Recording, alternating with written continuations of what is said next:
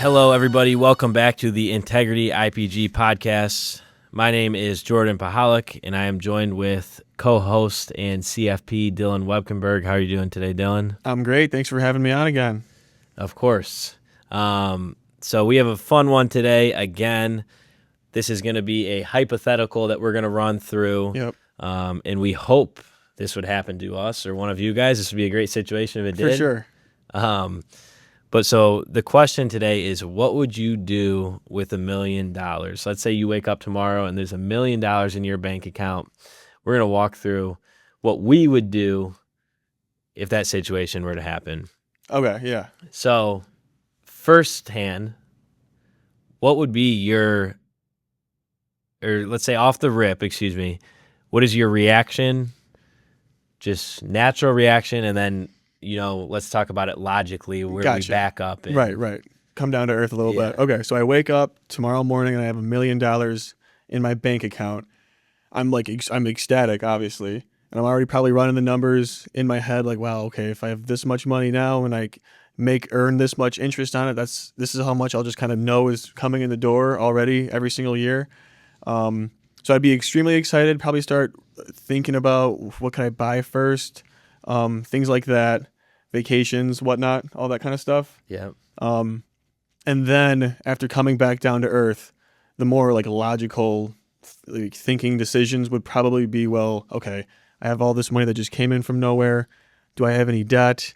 Do I have where can I invest this money to help it grow for me? Things like that. I would start thinking of okay, actual real life. How can I make this grow and then last for a lot longer? Yeah. I feel like you see that big number, it's easy to be like, all right, what am I buying? Yeah, totally. Right. I feel like that would be my reaction. Most people, I think, would say the same. Yeah. Yeah. Then it's easier when you get a little time to, calm down and step back and think of it logically. Who do you think would be the first person you tell?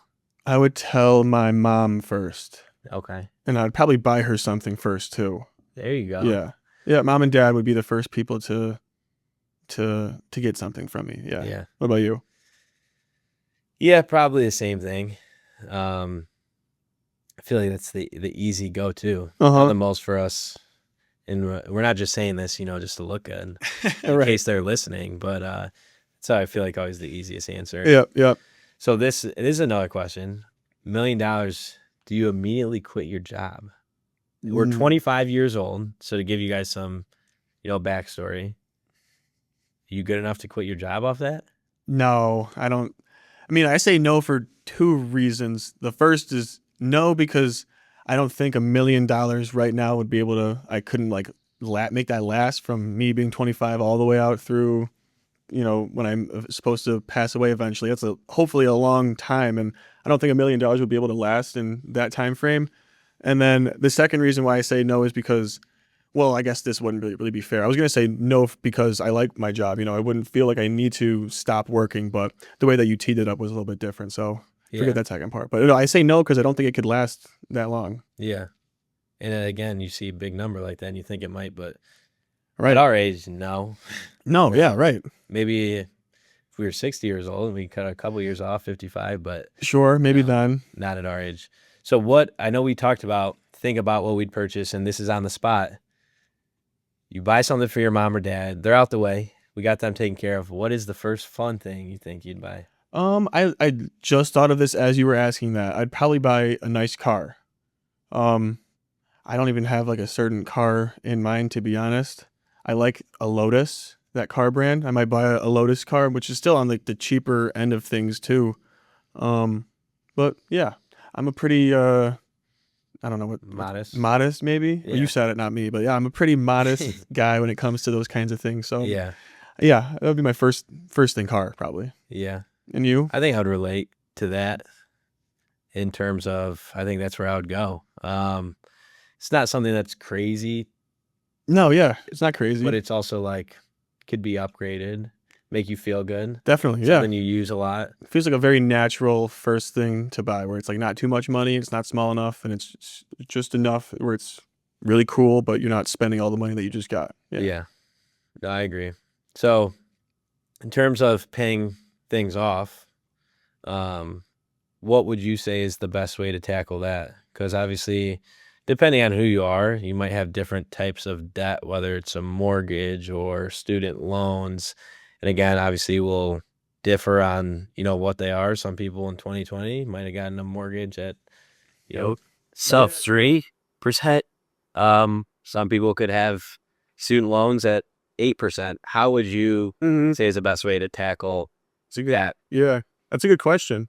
I was initially just going to say if you have debt and then you wake up with $1 million in your bank account the next morning, then just pay off all of your debt right away and forget about it. But you saying like, what if people have a low mortgage? Like that's actually in a weird way, it could be like an asset. If you, Because as it stands right now, I mean, if you have like a 3% mortgage and you were to just go and pay that all off, they would then write out another mortgage at a higher rate because interest rates are just higher right now. Like the bank would love nothing more than for you to come in and pay off that low mortgage. So Yeah. if you're in that scenario, then it's a little different. If you have low interest debt, then it can be seen as it's a good thing in some cases.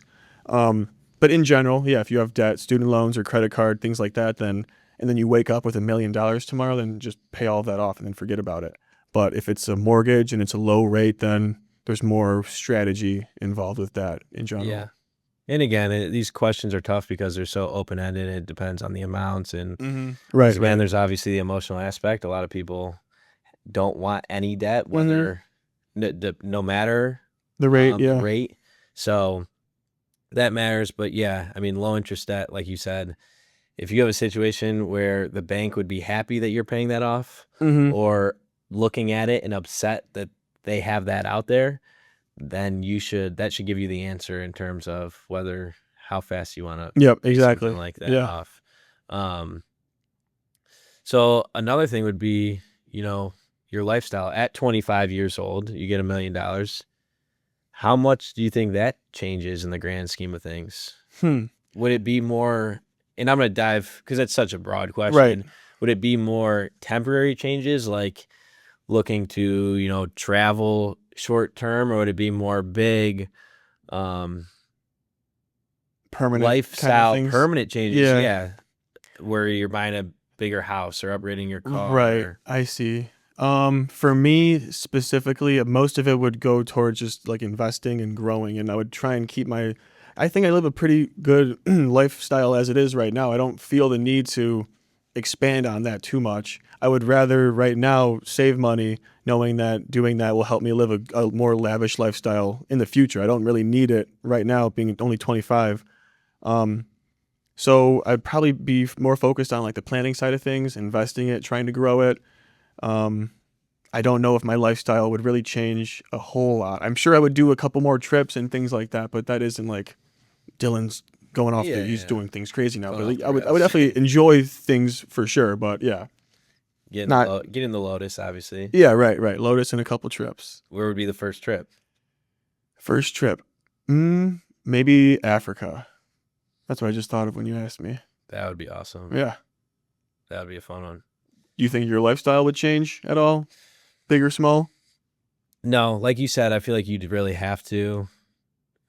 And we've talked about this, I feel like, a million times, and with people, it's so hard for it not to, especially with something like that happens, or you get a pay raise. It's so easy to see that money as excess money that you didn't have, and now you have it to spend or do whatever you want with it. But being an advisor, I feel like we see that so much in the mistakes people make, so it's easier to be like, you can't let that happen. You have to smartly plan. But again, obviously there's going to be things you want to splurge a little bit. Like, you got to treat yourself a little bit. Yeah, for sure. So with that, and again, this is broad, things are going to happen. Let's say you didn't need any of that money today. You got $1 million. As a 25-year-old, how would you be investing that? Oh, that's a good question too. $1 million, I would be maxing out my Roth first, and then I'd be investing the actual investments I'm in. I'd probably be either doing ETFs, like stock market based ETFs, or individual stocks that I feel that I have some feeling about, that I think are, can do well and grow. In general, the majority of it would probably be just in like an S&P 500 ETF and an international ETF, because they're low cost and they're super diversified. Like that, those two ETFs cover 200 plus different companies and whatnot. Yeah. And over the long term, that aggressive type of allocation is what should hopefully let me see the greatest return. Yeah. So yeah, I'd be picking ETFs for the most part, and then some individual companies that I really believe in can do well going forward. Yeah. What about you? Same Similar. kind of thing? Yeah, it's tough. I mean, we were in such a similar situation. Right, Not right. Kids, we don't, and that's the big thing. It's like us being 25 and 24, our situation is going to be different than people at different ages, as well as, I mean, people our age might have different situations as well. You have kids, Right. other things are, could easily be in the picture. And that's why this is not like a one thing, one answer associates or will work with everyone. You Right. can't No, yeah. do that Not even close. at all with anything in our industry. But again, this is how we would do it. And I would stick to something, similar. That's the best way to accumulate and help yourself long term. Yeah. But I mean, like as far as the investments go, you definitely want it to be like stocks and stock market based things, because those Being are what. young. Yeah, that's Yeah. being young, right? That's what you over a long period of time. That's the allocation that sees the greatest amount of return in general. So Yeah. What about real estate?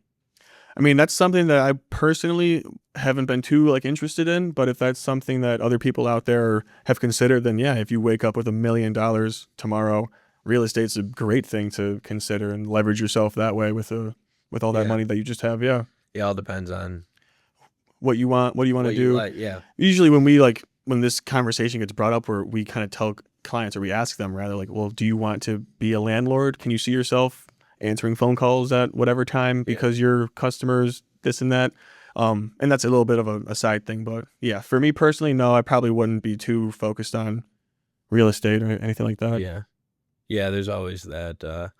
Everyone has a feeling towards certain investments and Yeah, things, right. and that obviously all ties into what you will decide or you would decide to do in the big picture. Mm-hmm.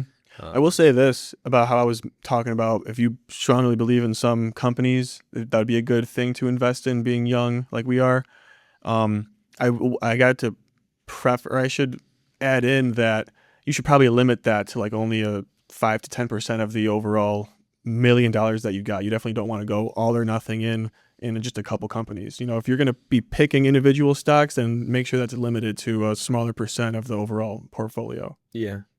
But yeah, and that's a great way too within itself to understand how the market and all this stuff within works Mm-hmm. by doing your own research and diving into Yeah, companies totally. and learning about just different companies in the weeds. Just diving into the weeds of things, you learn a lot that helps the grand scheme of things when it comes to planning and For sure, yeah. and investing. So, like we talked about, we've kind of glossed over it. Do you think it would change your retirement plans that much, given how much time we have? Oh, yeah. That would be like one of the biggest determining factors in like what retirement would look like. If I just plopped $1 million into my current retirement fund right now, it would have a huge difference for sure. Yeah. Yeah. And the main reason is just because of compound interest over time. Like we're 25 right now, we have $1 million here. Over time in that exponential curve, that million turns into, I don't even know, 30 million or something back, way down the road. But for us right now, if it's, I don't know, 100,000, that 100,000 turns into 3 million. You know what I'm saying? So it's kind of like the amount of money the starting point is a huge determining factor in what you'll have at the end, obviously. Yeah. And this kind of ties into the episode from last week about Allen Iverson. You don't understand and realize, you see that big number, that 1 million also isn't as much as you think. It's not something that you could just be like, okay, I'm good. Right. I'm set not to do. I can spend money and not be smart. You still got a plan. And I think it's hard to realize that you're not smart with it. It can go easy and not do the things exactly that you would want it to do. Right. In an ideal situation. Yeah. So yeah, I think we had very similar, takes on the topic. Which makes sense, though we're both in the industry, both financial planners. I'd be more surprised if we had different answers about what would we do with extra dollars, That might be an issue. Yeah, right. Then you have the problem, but no, it makes Yeah. it makes sense. You take care of that high interest debt right away, and then start investing it. Have a plan to invest it in. Yeah. Yeah. And treat yourself a little bit. Right. In the meantime, Yeah. Give yourself a little something, a little treat. But again, I feel like it's similar to a lot of, again, the AI talk we had last week. It's money. A lot of money decisions are behavioral. They're habits, and we keep beating this, into you guys. But they are habits, and they can't just be picked up and totally done like that. You got to learn them and plan for these things. And that's the most important thing. Yep. Agreed. So that's pretty much it for this episode 9 of the Integrity IPG podcast. Thank you guys for tuning in, and we'll see you next time. The information discussed in this podcast is for general educational purposes only and is not intended as investment advice or a recommendation. Any examples or scenarios presented, including discussions of how one might allocate a specific dollar amount, are hypothetical and for illustrative purposes only. Investing involves risk, including the possible loss of principal, and there is no guarantee that any strategy will be successful. Strategies discussed may not be suitable for all individuals. Investment decisions should be based on an individual's financial situation, objectives, risk tolerance, and time horizon. For advice specific to your situation, please consult an appropriate financial, tax, or legal professional. Securities offered through the ON Equity Sales Company, member FINRA/SIPC, One Financial Way, Cincinnati, Ohio, 45242. 513-794-6794. Investment advisory services offered through ON Investment Management Company,